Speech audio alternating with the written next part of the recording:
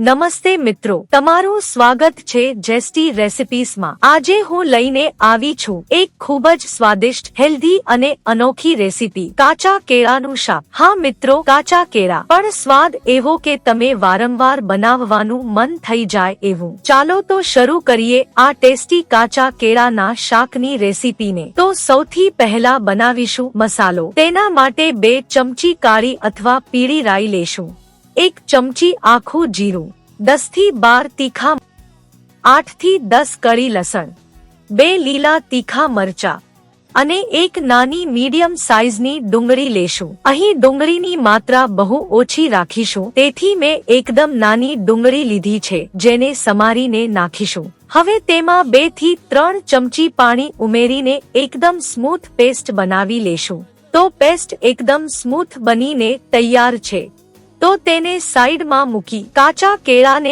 કાપી લેશું। તો મેં અહીં 3 કાચા કેળા લીધા છે, આશરે 300 ગ્રામ જેટલા। તો કેળાની ઉપરથી છાલ નીકાળી લેશું। મિત્રો, કાચા કેળામાં આયરન, પોટેશિયમ અને ફાઇબર ભરપૂર માત્રામાં હોય છે। જેટલા ગુણકારી પાકા કેળા હોય છે, એટલા જ ફાયદાકારક કાચા કેળા પણ હોય છે। તો કોઈને કોઈ રીતે કેળાને રોજિંદા ડાયટમાં જરૂરથી સામેલ કરજો। તો એક કરીને બધા કેળાની છાલ ઉતારી લીધી છે। હવે તેને આ રીતે ટેડી સ્લાઇસમાં કાપી લેશું। તમે ઈચ્છો તો ગોળ કે લાંબા કાપી શકો છો, પણ અહીં ન તો વધારે જાડા ન તો વધારે પાતળા કાપીશું। જો પાતળા કાપશો તો ગ્રેવીમાં નાખ્યા પછી તૂટી જશે, એટલે મીડિયમ રાખવાના છે। જુઓ, બધા જ કેળાને કાપી લીધા છે।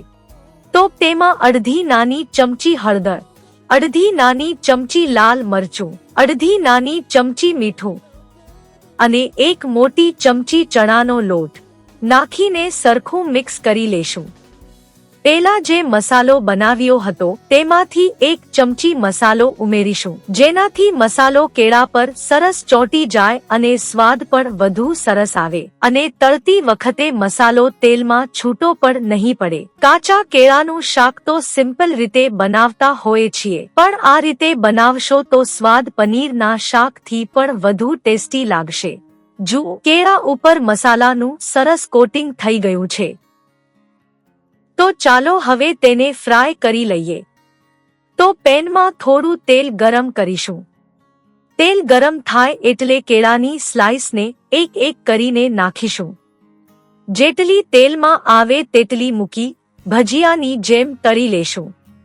કેળાને ફ્રાય થવામાં વધારે સમય લાગતો નથી, 2 થી 3 મિનિટમાં જ સરખા તળાઈ જાય છે। તો હવે એક કરીને બીજી સાઈડ ફેરવતા જશું અને ફરીથી 2 થી 3 મિનિટ માટે ફ્રાય કરી લેશું। જુઓ, કેળા સરસ ગોલ્ડન બ્રાઉન થઈ ગયા છે, તો તેને પ્લેટમાં કાઢી લેશું અને બાકી બચેલા કેળાને પણ એવી જ રીતે તળી લેશું। તમે આ તળેલા કેળાને એમ જ ખાશો તો પણ બહુ જ ટેસ્ટી લાગે છે। હવે એ જ તેલમાં થોડા મેથીના દાણા નાખીશું। મેથીના દાણાથી શાકમાં અદ્ભુત સુગંધ અને સ્વાદ આવે છે। 1 સૂકું લાલ મરચું નાખીશું।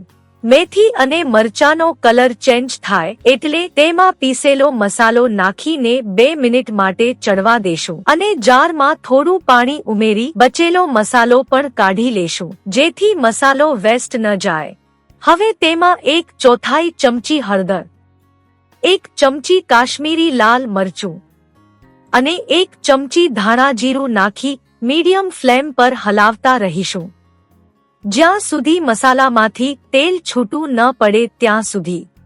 જુઓ, મસાલામાંથી સરસ રીતે તેલ છૂટું પડી ગયું છે, તો તેમાં 1 સમારેલું ટમાટર નાખીશું। સ્વાદ મુજબ મીઠું ઉમેરીશું, જેનાથી ટમાટર જલ્દી ગળી જાય ને 2 થી 3 મિનિટ સુધી મીડિયમ ફ્લેમ પર ચડવા દેશું। તો ટમાટર સરસ રીતે ગ્રેવીમાં એકરસ થઈ ગયું છે, તો તેમાં પાણી ઉમેરીશું। તમારે જેટલો રસો જોતો હોય તે મુજબ પાણી ઉમેરીશું। હવે આ રસાને 2 થી 3 મિનિટ માટે ઉકળવા દેશું। પછી તેમાં તળેલા કેળા નાખી 4 થી 5 મિનિટ સુધી ચડવા દેશું। જુઓ, શાકમાંથી તેલ છૂટું પડી ગયું છે અને કેળા પણ સરસ રીતે પાકી ગયા છે. તો ઉપરથી એક નાની ચમચી જેટલી કસૂરી મેથી નાખીને ગેસ બંધ કરી દેશું. તો મિત્રો, આ શાક એટલું સ્વાદિષ્ટ બને છે કે રોટલી હોય કે ભાત બધાની સાથે જ ખાવાનું મન થઈ જાય. તો એકવાર આ રીતે બનાવીને જરૂરથી ટ્રાય કરજો. તમને પણ મારી જેમ ખૂબ જ ગમશે. તો મિત્રો, આજની આ રેસીપી કેવી લાગી કોમેન્ટ બોક્સમાં જરૂરથી જણાવજો. ફરી મળીશું એક નવી મજાની અને સ્વાદિષ્ટ રેસીપી સાથે ફક્ત જેસ્ટી રેસિપીસમાં.